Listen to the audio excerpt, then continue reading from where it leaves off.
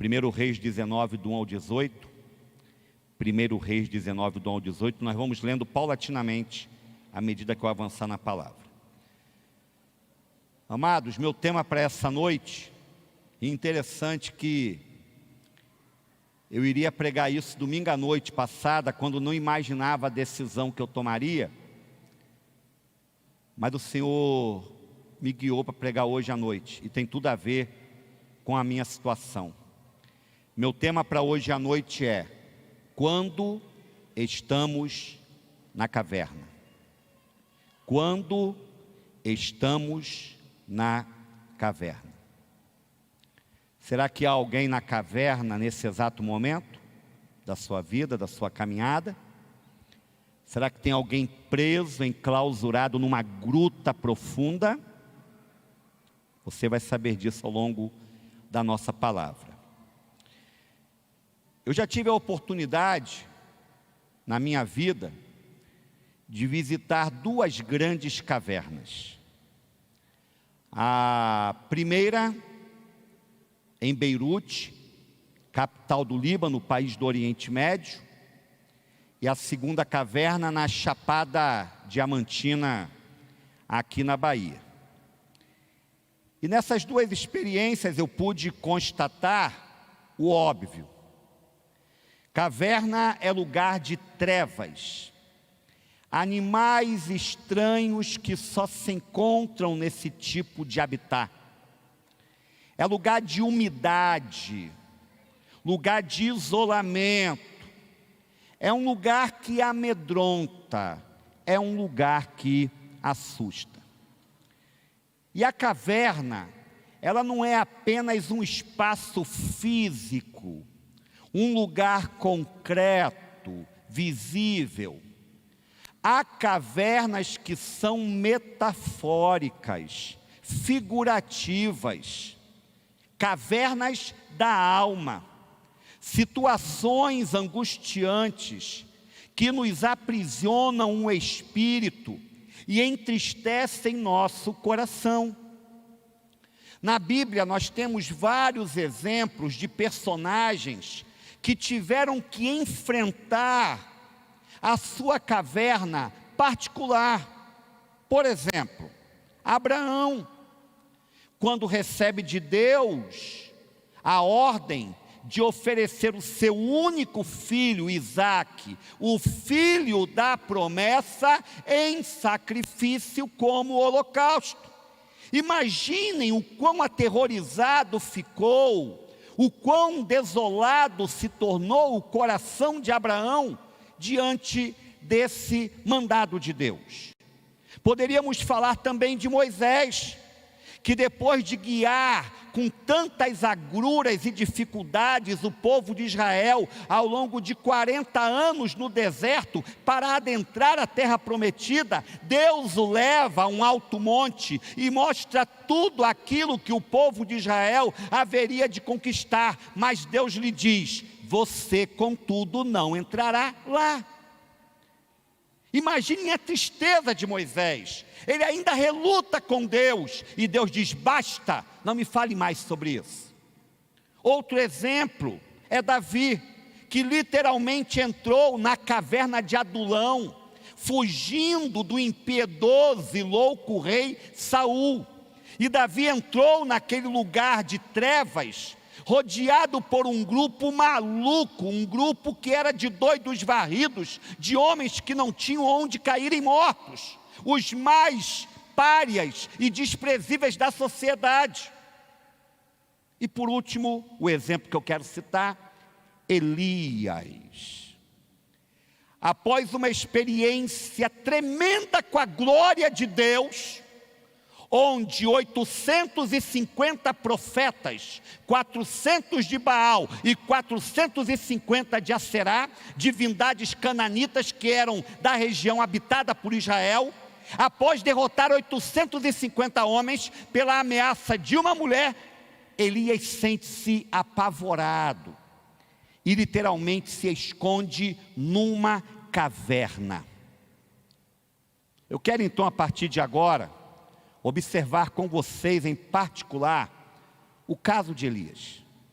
a experiência de Elias, para nós podermos tirar algumas lições espirituais quando nos encontrarmos numa caverna, porque certamente eu estou aqui lidando com um grupo que todos ou já entraram, ou estão entrando agora, ou entrarão ainda em cavernas, lugares escuros, tenebrosos, lúgubres, aterrorizantes, porque a caverna é um local que todo ser humano normal enfrenta e passa por ele.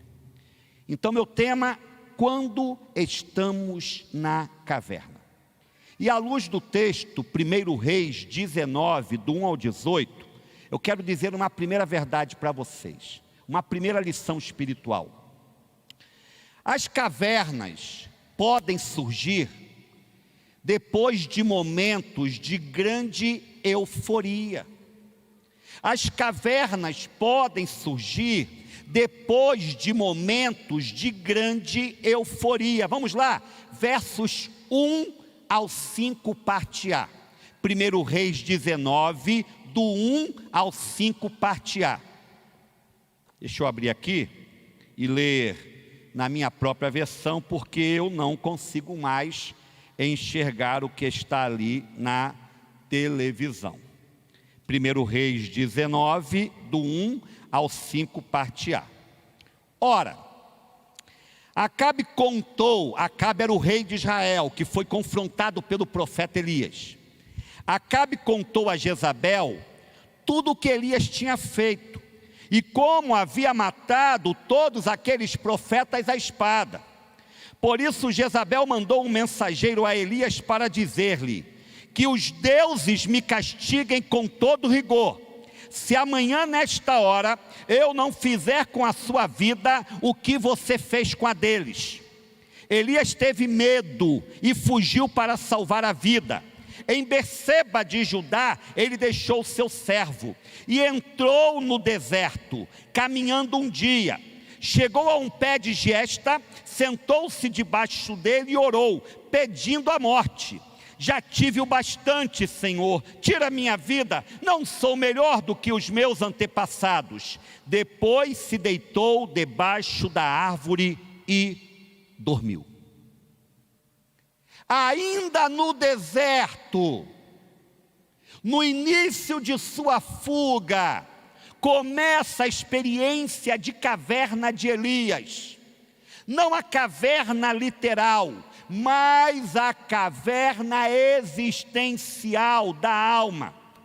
Como foi que Elias chegou a esse momento de terror e assombro? Como eu disse aqui, devido à idolatria reinante em Israel naqueles dias, ali por volta do século 8 a.C., Elias teve que confrontar os falsos profetas que apregoavam a adoração a falsos deuses, e Deus derrama fogo do céu para mostrar o seu poder. É uma narrativa interessante, vale a pena você lê-la em casa em particular.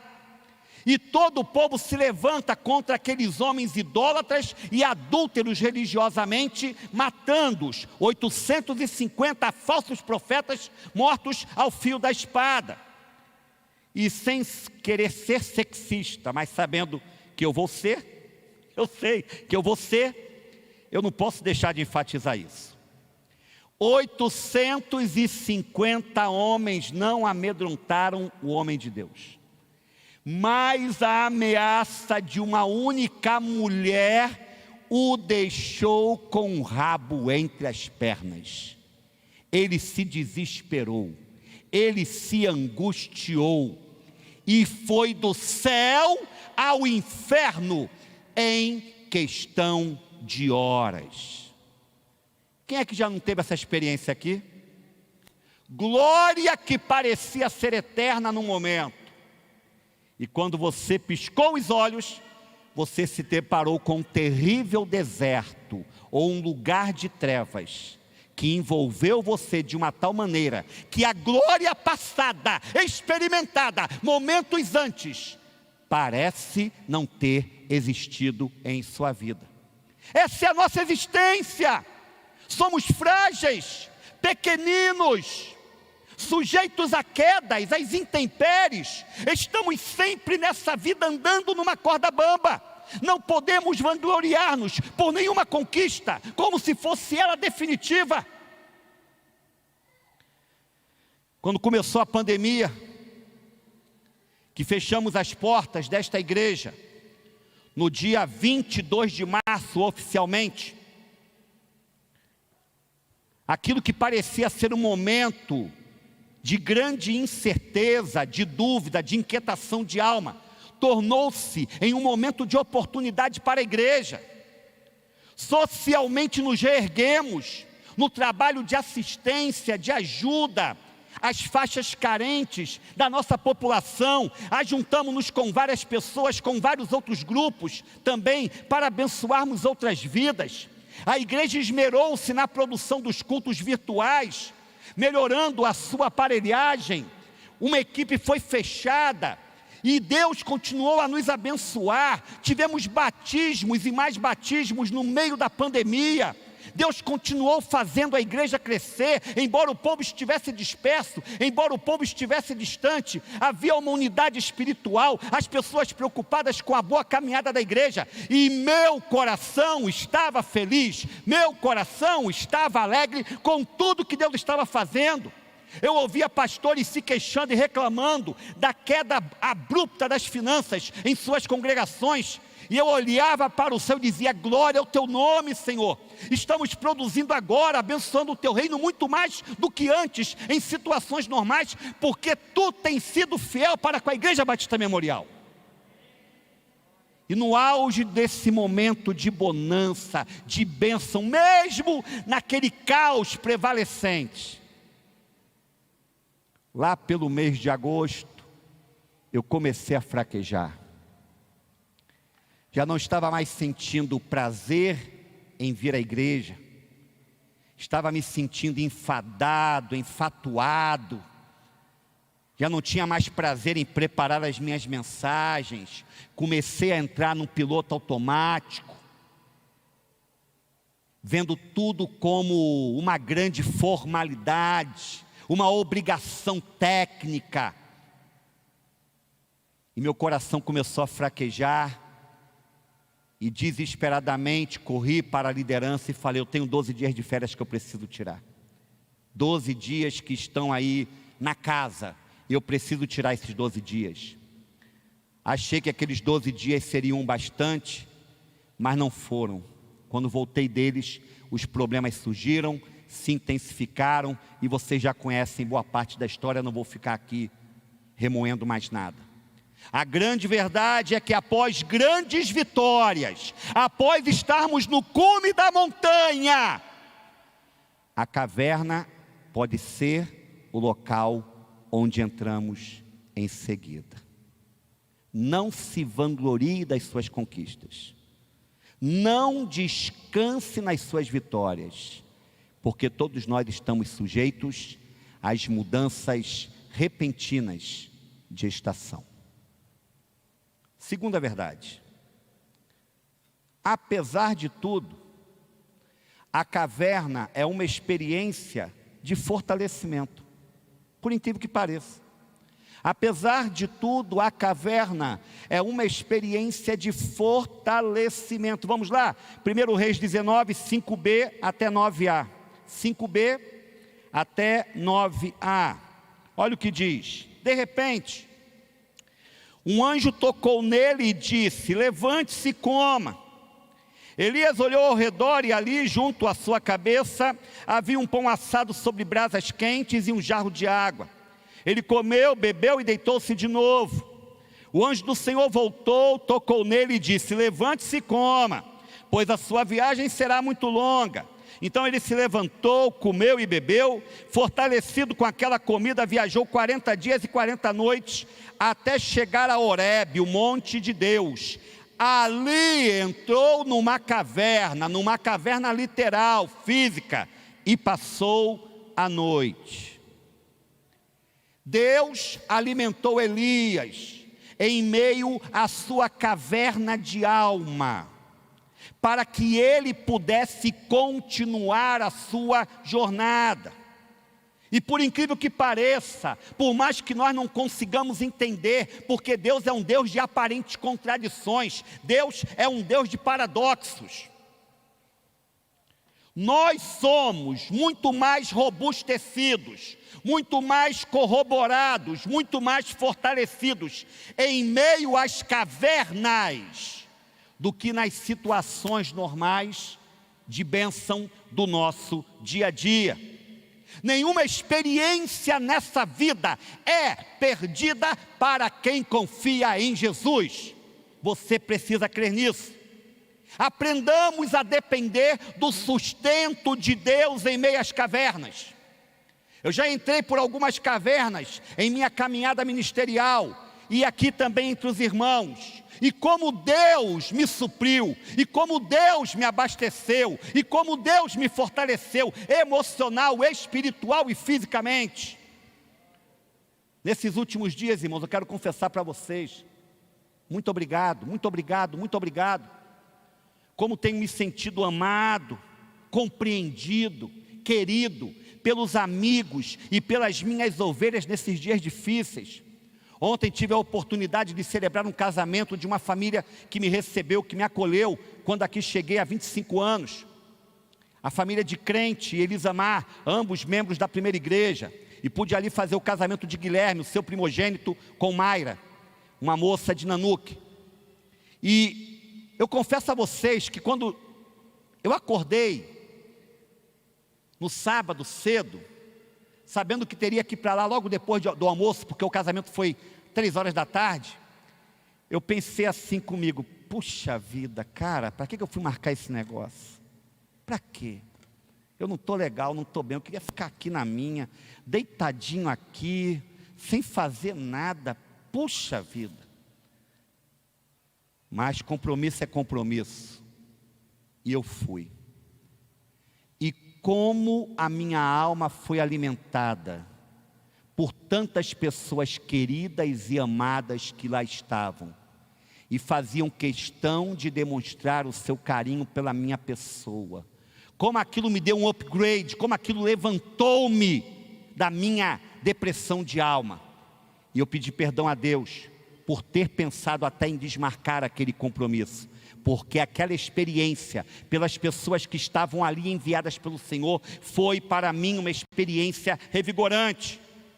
E como eu tenho sido encorajado pela minha igreja, a Igreja Batista Memorial, mimos, presentes nas mais diversas áreas, palavras, ombros amigos, eu sei que eu sairei desse momento mais forte, porque creio que ainda há uma caminhada longa a ser trilhada, em consonância com vocês nesse lugar. Por cerca de 5 anos do meu ministério aqui, eu tive dúvidas se Deus me queria aqui de fato. Eu lutei para ir embora, pelejei para sair desse lugar. Mas já há 3 anos, nesses 8 anos com vocês, Deus tem me confirmado a cada dia, no meio da caverna, que vocês são meu povo. E eu faço parte de vocês. Cada vez mais.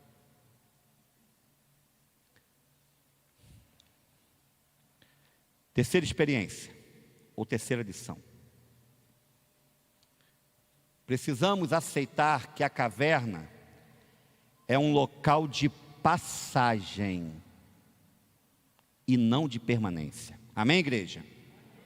A caverna é um local de passagem e não de permanência. Vamos lá? 1 Reis 19, 9b até o 13, Tony. 9b até o 13.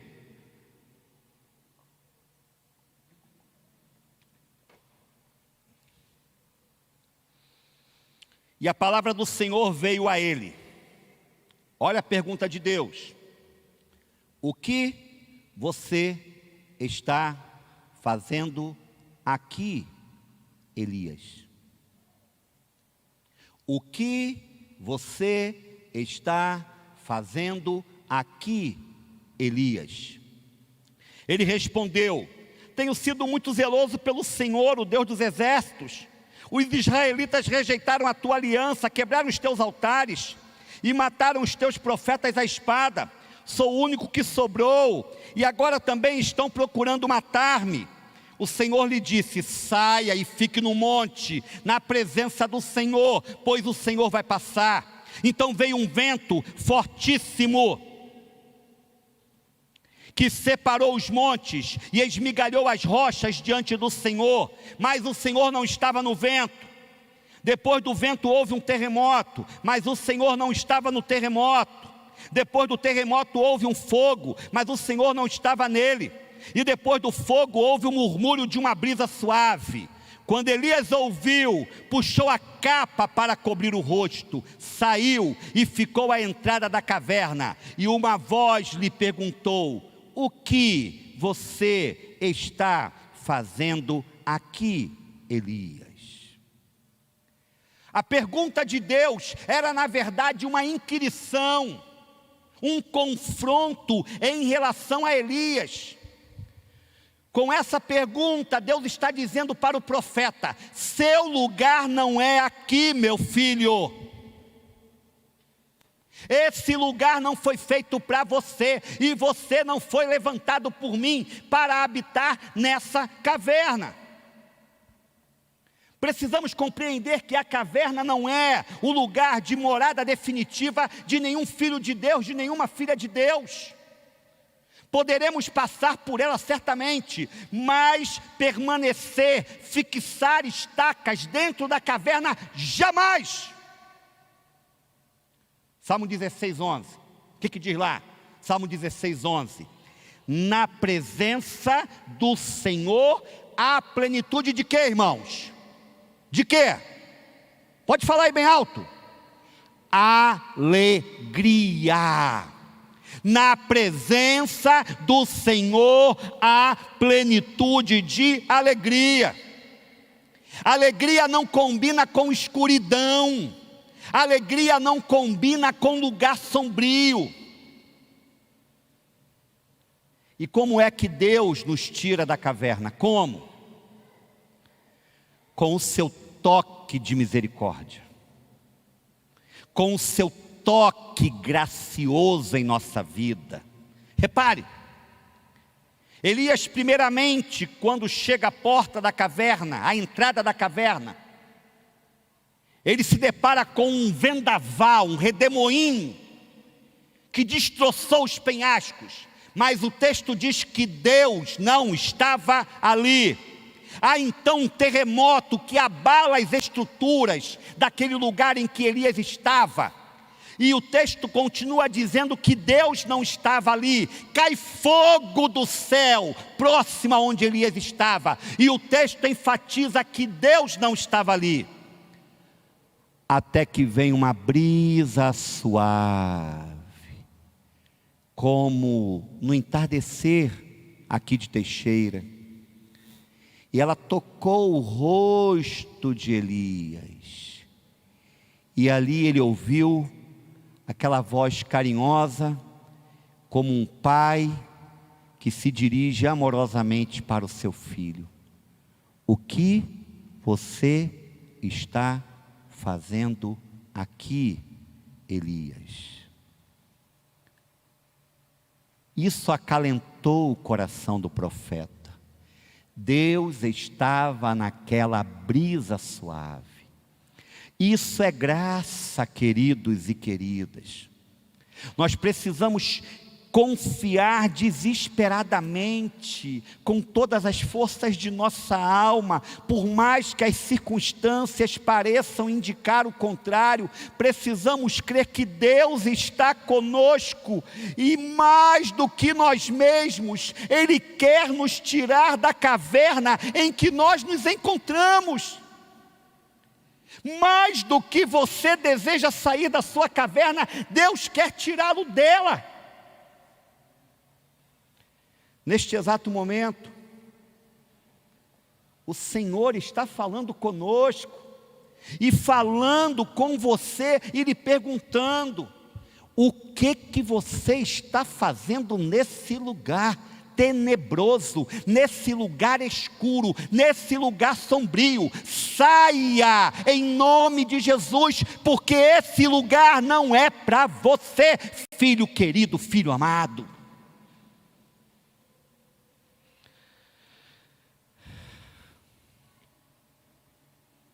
Quarta e última verdade. Quarta e última verdade.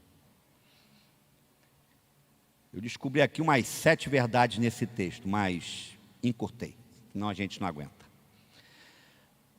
A caverna é um lugar onde reafirmamos o propósito de Deus para a nossa vida. A caverna é o lugar onde reafirmamos o propósito de Deus para a nossa vida. Você está desorientado, você está sem rumo, você está se sentindo sem sentido? Você acha que esta situação turbulenta, turva, não vai passar? Aprenda na dor, aprenda em meio à desolação aparente, ao caos, porque Deus quer lhe dar propósito agora. Deus quer ressaltar promessas que Ele já lhe encaminhou há muito tempo, mas que com o passar dos anos, você permitiu que fossem jogadas para debaixo do tapete. Deus quer reaquecer o seu coração com a chama do seu Espírito Santo. Vamos lá, para finalizar. 1 Reis 19, 14 a 17. 1 Reis 19, 14 a 17. Elias respondeu: tenho sido muito zeloso pelo Senhor, o Deus dos exércitos. Os israelitas rejeitaram a tua aliança, quebraram os teus altares e mataram os teus profetas à espada. Sou o único que sobrou, e agora também estão procurando matar-me.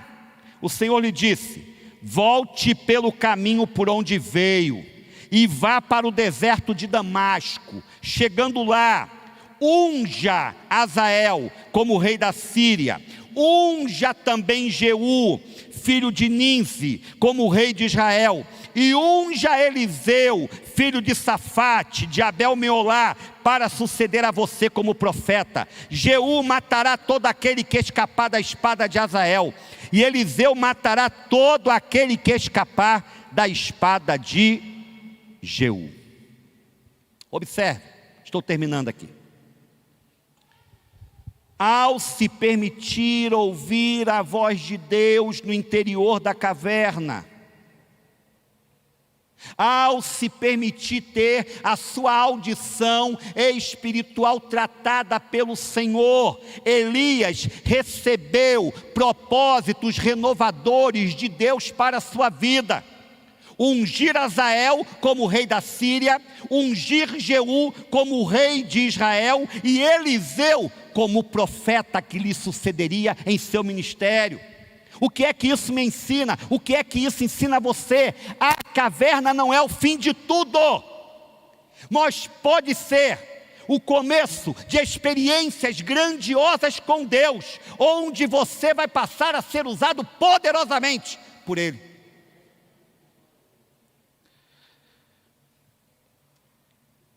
Alguns propósitos no meu coração. Eu vou pedir a sua ajuda, tá? Nesse período que vou estar indo para a casa da minha mamãe, ficaremos eu, minha mamãe de 72 anos e minha vovó de 89 anos. E eu quero me desligar o máximo possível das redes sociais, já saí de todos os grupos dos quais eu faço parte. Eu te peço uma coisa, por favor, de todo o meu coração, não me interprete mal. Não me envie pedidos de oração, por favor, porque eu me conheço. Aí eu vou querer repassar para todo mundo, vou ficar preocupado e eu vou me inquietar com isso. Quer falar comigo? Só fala se for bênção, viu? Se for notícia boa, por favor, por favor. Esses dias agora, ontem, uma pessoa me ligou antes de eu ir para o casamento, eu atendi, mas me falou tanta coisa ruim de problema, irmãos, que se eu estava mal, fiquei pior ainda. O pessoal parece que não tem senso, o pessoal parece que não tem nexo. Então te peço do fundo do meu coração, eu não estou fechado terminantemente a contatos, mas Quer saber de alguma coisa? Fala com Lu. Lu vai estar aqui. Você pode se comunicar com ela. Ela vai transmitir à igreja qualquer coisa que vocês queiram saber. Se houver alguma coisa digna de nota, ela vai falar. Mas eu estou levando os 7 livros clássicos. Os 7 livros clássicos sobre espiritualidade, missão integral, para reabastecer a minha alma nesse momento de isolamento, a fim de que o propósito de Deus seja reafirmado na minha vida, quanto ao meu ministério nesse lugar e no reino do Senhor. Então me ajude, por favor. Eu peço a sua ajuda de todo o meu coração. Em suma, se eu fosse resumir tudo o que eu disse aqui, eu poderia sintetizar tudo numa frase: nós não estamos sozinhos na caverna. Amém, igreja? Pode parecer, mas nós nunca estaremos sozinhos na caverna.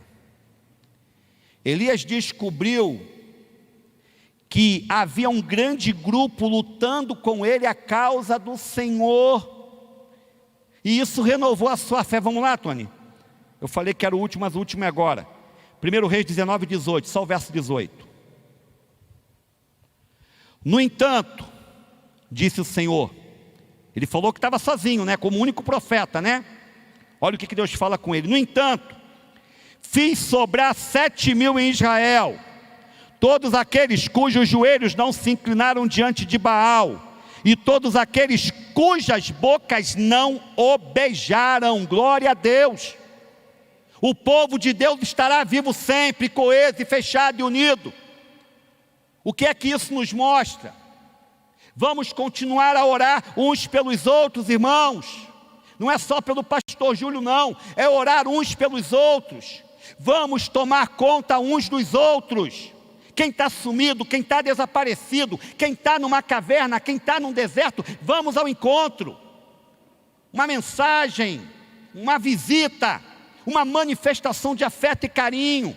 É hora de a igreja dar as mãos e caminhar em vitória para transpor os obstáculos. É hora da igreja de fato mostrar que ela não depende de figuras humanas para ser igreja. Ela depende do Espírito Santo de Deus. E o Espírito Santo de Deus não é propriedade exclusiva de um homem, um ungidão do Senhor. O Espírito Santo de Deus é propriedade da igreja, sua.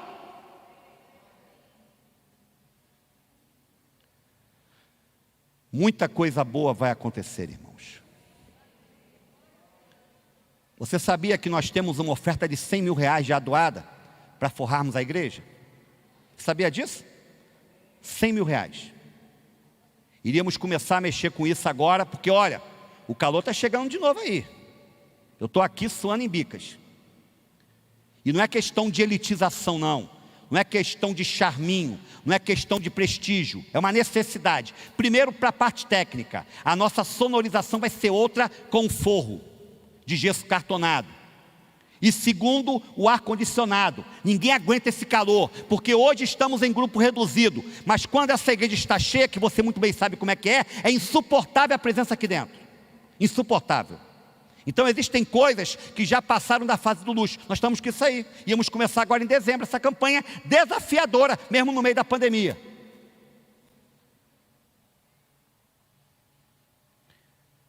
Vamos continuar cuidando dos outros a partir da rede solidária.